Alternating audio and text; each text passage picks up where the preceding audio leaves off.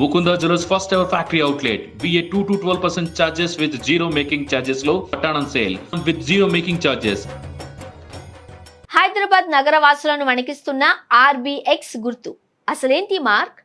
హైదరాబాద్ నగరవాసులు ప్రస్తుతం బుల్డోజర్ శబ్దం విన్నా, కాలనీల్లో జేసీబీలను చూసినా వణికిపోతున్నారు. చెరువులు, కుంటలు, నాలాలు, పార్కులు, ప్రభుత్వ స్థలాలకు సమీపంలో ఉండే ఇళ్ల యజమానులకైతే నిద్ర కూడా పట్టడం లేదు.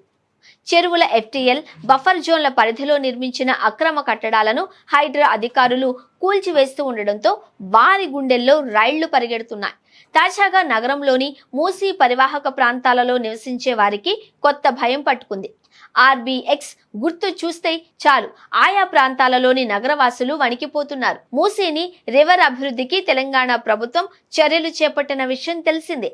హైదరాబాద్ ను వరదల నుంచి రక్షించడంతో పాటు ఆక్రమణకు గురైన మూసీ నది పరివాహక ప్రాంతాలకు కొత్త రూపు తీసుకురానున్నారు. ప్రస్తుతం కాలుష్య కోరల్లో చిక్కుకున్న మూసీలో మంచినీరు పారేలా చేసేందుకు రేవంత్ ప్రభుత్వం మూసీ సుందరీకరణ ప్రాజెక్టుకు శ్రీకారం చుట్టింది. ఈ మేరకు పరివాహక ప్రాంతంలో అక్రమంగా నిర్మించిన ఇళ్లను కూల్చివేయాలి అని నిర్ణయం తీసుకుంది.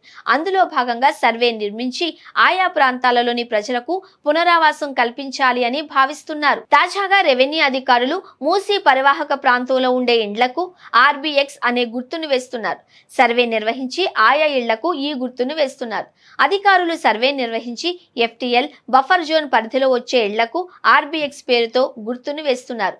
ఆర్బీఎక్స్ అంటే రివర్ బెడ్ ఎక్స్ట్రీమ్, అంటే పునరావాసం కల్పించాల్సిన ఇళ్లు అని ఆ గుర్తుకు అర్థం. అధికారులు ముందుగా మూసీ నది ఎఫ్టీఎల్ పరిధిని సర్వే చేశారు. ఈ సర్వేలో దాదాపు 16,000 నివాసాలు ఎఫ్టీఎల్ పరిధిలో ఉన్నట్లు గుర్తించారు. ఆయా ప్రాంతాలలో వారిని ఖాళీ చేయించి ఉచితంగా డబుల్ బెడ్రూమ్ ఇళ్లు ఇవ్వాలి అని ప్రభుత్వం నిర్ణయం తీసుకుంది.